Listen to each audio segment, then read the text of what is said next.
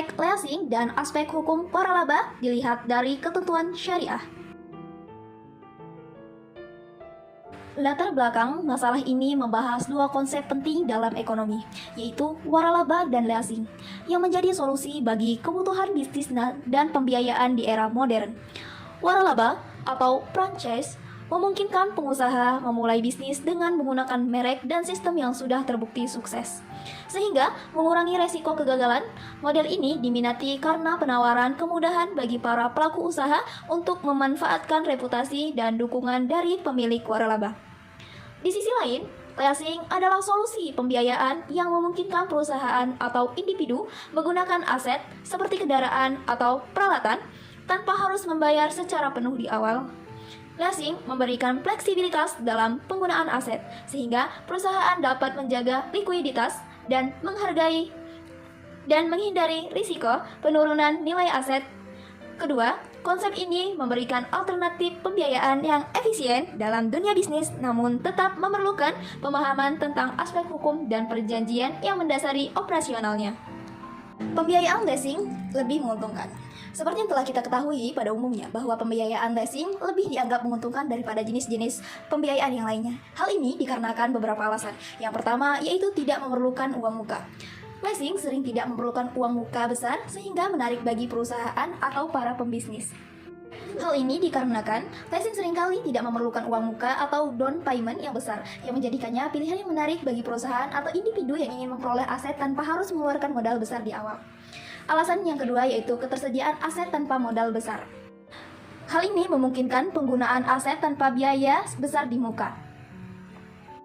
Leasing memungkinkan perusahaan untuk menggunakan aset tanpa harus mengeluarkan biaya besar di muka sehingga menjadi likuiditas. Alasan yang ketiga yaitu pengurangan resiko penyusutan. Resiko penyusutan aset biasanya ditanggung oleh lessor. Dalam pembiayaan lessor, biasanya resiko penyusutan, nilai aset dan kerusakan ditanggung oleh pemberi sewa atau lessor, sehingga penyewa dapat terhindar dari beban keuangan yang besar akibat nilai residu atau perawatan. Yang keempat yaitu keuntungan pajak. Pembayaran leasing dapat dikurangkan sebagai biaya operasional, yang mana hal ini dapat mengurangi beban pajak perusahaan. Perusahaan lebih memilih leasing daripada membeli aset. Perusahaan seringkali lebih memilih leasing atau sewa guna usaha daripada membeli aset secara langsung karena beberapa alasan yang strategis, operasional, dan finansial.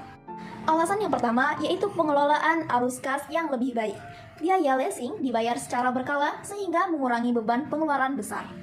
Sehingga hal ini mengakibatkan perusahaan mengelola arus kas dengan lebih efektif karena tidak memerlukan pembayaran besar di muka seperti pada pembelian aset. Biaya leasing biasanya dibayar secara berkala sehingga perusahaan dapat merencanakan pengeluaran mereka secara lebih stabil. 2. Penghindaran resiko depresiasi. Nilai aset yang turun tidak menjadi beban bagi perusahaan. Salah satu resiko terbesar dari membeli aset, seperti kendaraan atau peralatan teknologi, adalah depresiasi nilainya dari waktu ke waktu. Dalam leasing, perusahaan tidak bertanggung jawab terhadap resiko depresiasi karena kepemilikan aset tetap berada pada lessor atau pemberi sewa. 3. Kemudahan upgrade teknologi. Memungkinkan perusahaan untuk memperbarui aset tanpa menjualnya terlebih dahulu. Banyak aset yang disewa, terutama dalam industri teknologi, cepat menjadi usang, dan dengan adanya pembiayaan leasing, perusahaan dapat dengan mudah mengupgrade ke model terbaru tanpa harus menjual atau memikirkan depresiasi dari aset yang mereka miliki sebelumnya. Kasus pidana leasing dapat dipidanakan. Leasing hakikatnya merupakan perjanjian sewa-menyewa di mana pemberi sewa menyerahkan barang untuk dimanfaatkan oleh si penyewa. Karena itu, leasing juga lazim disebut sebagai perjanjian sewa guna usaha atau sewa pakai. Di dalam pembiayaan leasing tentunya terdapat perjanjian yang mana perjanjian ini harus dilaksanakan oleh kedua belah pihak. Sehingga apabila ada pelanggaran yang dilakukan oleh salah satu dari keduanya menyebabkan terjadinya kasus pelanggaran leasing. Kasus pelanggaran leasing dapat dipidanakan berdasarkan pasal 372 KUHP tentang penggelapan. Yang mana, jika seseorang memiliki barang milik orang lain secara melawan hukum, mereka dapat dihukum penjara hingga 4 tahun atau denda. Unsur-unsur pelanggaran ini meliputi kesengajaan, penguasaan barang milik orang lain, dan bahwa barang tersebut berada dalam kekuasaan pelaku tanpa kejahatan. Selain unsur-unsur tersebut, pelanggaran leasing juga dapat ditindak secara perdata jika melanggar perjanjian kredit. Dalam kasus pelanggaran leasing dapat dipidanakan tergantung pelanggaran apa yang dilakukan oleh pihak terkait.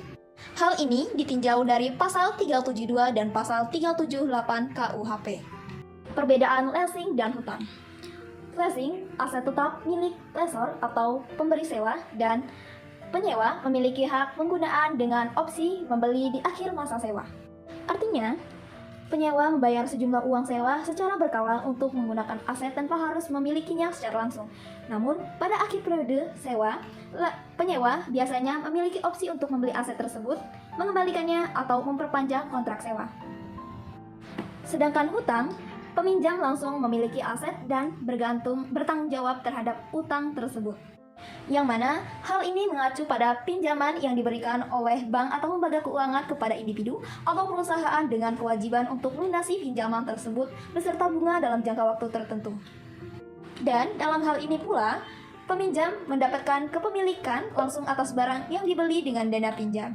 Yang mana si peminjam memiliki kepemilikan secara penuh atas barang yang dibeli sejak awal perjanjian. Meskipun barang tersebut menjadi jaminan untuk pinjaman, peminjam memiliki hak penuh untuk menggunakan dan menjualnya.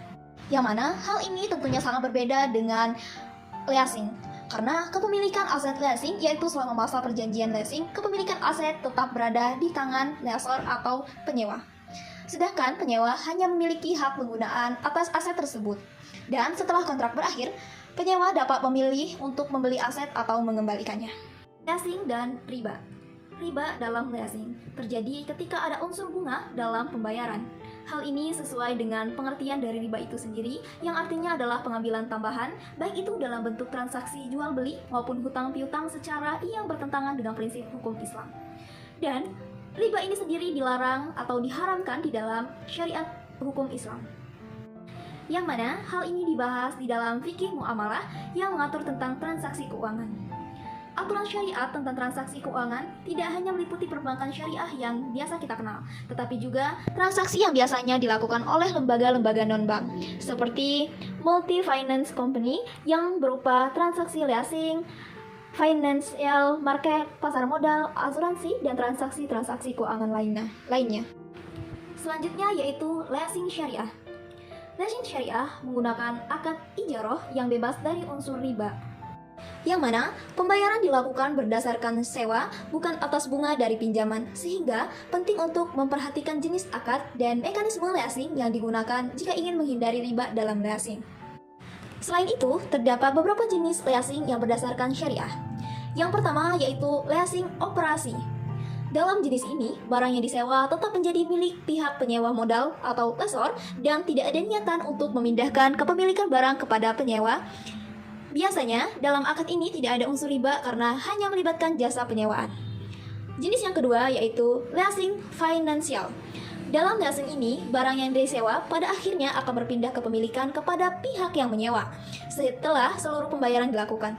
Namun, jika dalam leasing ini terdapat unsur bunga dalam perhitungan pembayarannya, maka dapat dianggap mengandung riba menurut pandangan syariah. Riba muncul jika keuntungan yang diperoleh berasal dari penambahan utang atau yang berasal dari pembayaran cicilan dengan bunga dan tidak murni dari jasa penyewaan. Waralaba diminati di Indonesia. Secara umum, waralaba merupakan cara bisnis dengan memperluas dan mendistribusikan barang atau jasa dengan lisensi dagang. Pemegang bisnis waralaba membayar biaya awal dan royalti kepada pemilik merek untuk menggunakan merek dagang, logo, sistem bisnis waralaba, serta hak untuk menjual produk dan mendapat dukungan dari pemilik bisnis waralaba tersebut. Bisnis waralaba menjadi salah satu pilihan bisnis yang sangat diminati di Indonesia karena sejumlah alasan yang berkaitan dengan kemudahan dan potensi keuntungan yang ditawarkan oleh model bisnis ini. Berikut ini beberapa alasan utamanya, yaitu 1. Merek yang sudah dikenal. Merek yang sudah dikenal memberikan keuntungan besar karena merek sudah terpercaya. Dengan membeli bisnis waralaba ini sendiri, maka telah memperoleh hak untuk menggunakan merek yang sudah dikenal dan dipercaya oleh konsumen. Merek yang sudah mapan biasanya memiliki basis pelanggan setia yang membantu memulai bisnis dengan lebih cepat, sehingga mengurangi waktu dan biaya untuk membangun reputasi baru terhadap bisnis waralaba yang dijalankan. Alasan yang kedua yaitu resiko rendah. Model bisnis yang sudah teruji mengurangi resiko kegagalan. Karena bisnis waralaba ini menggunakan model bisnis yang sudah sukses, tentunya resiko kegagalannya lebih kecil dibandingkan dengan memulai bisnis dari nol. Hal ini juga yang menyebabkan ketertarikan bagi banyak orang yang ingin berbisnis, terutama di sektor-sektor yang memiliki potensi besar seperti makanan dan minuman.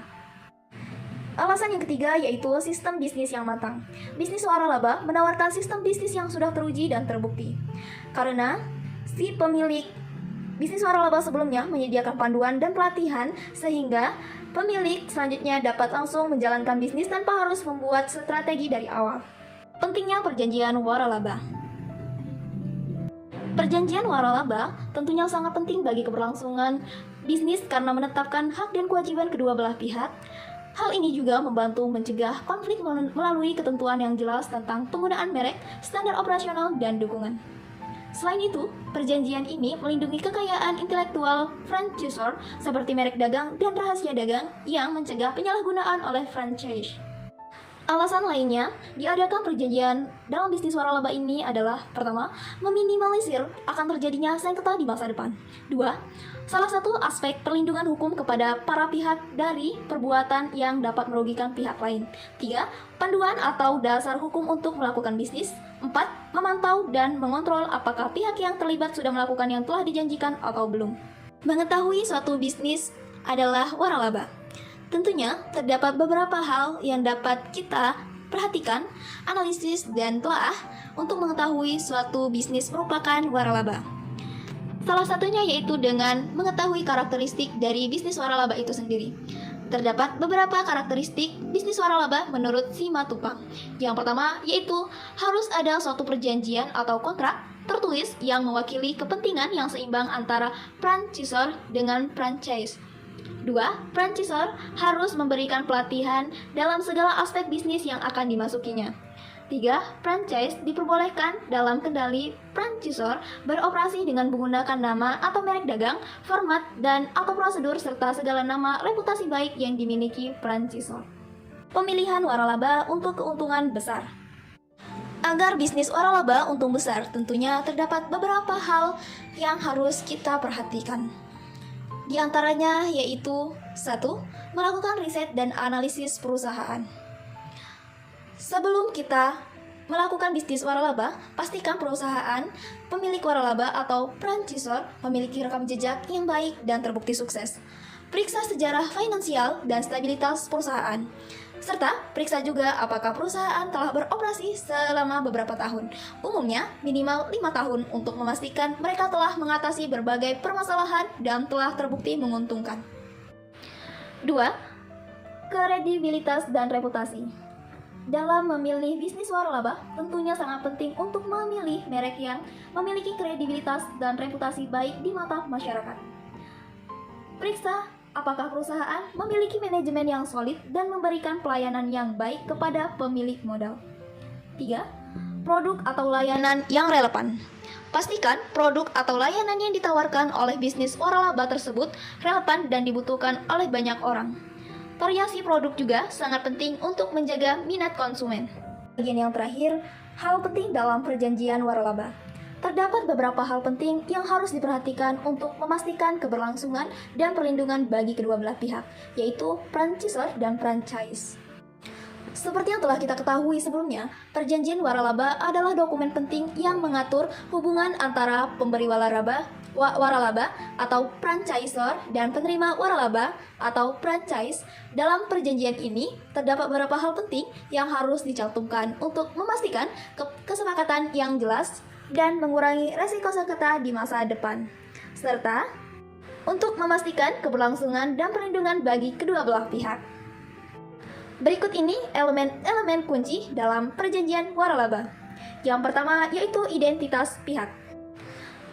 Dalam perjanjian harus mencantumkan identitas lengkap dari franchisor dan franchise untuk menghindari kebingungan mengenai pihak-pihak yang terlibat. 2. Objek waralaba, yang mana hal ini menjelaskan hak kekayaan intelektual yang diberikan, termasuk merek dagang dan rahasia dagang, serta ciri khas usaha yang menjadi objek perjanjian. 3. Hak dan kewajiban. Di dalam perjanjian ini juga membahas tentang hak-hak dan kewajiban apa saja yang dimiliki oleh pemberi waralaba dan juga penerima waralaba.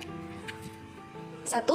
Hak pemberi waralaba: melakukan pengawasan, menerima laporan secara berkala, dan meminta penerima waralaba untuk menjaga kerahasiaan informasi. 2. Kewajiban pemberi waralaba: memberikan dukungan operasional, pelatihan, dan informasi yang diperlukan untuk menjalankan bisnis. 3. Hak penerima waralaba: mendapatkan dukungan penuh dalam pengelolaan usaha dan mengakses informasi yang relevan. 4. Kewajiban penerima waralaba: mematuhi instruksi pemberi waralaba, menjaga kerahasiaan, dan melakukan pembayaran atau royalti sesuai dengan kesepakatan. Kesimpulan, waralaba merupakan model bisnis yang diminati di Indonesia karena keuntungannya yang teruji dan menawarkan dukungan manajemen yang kuat.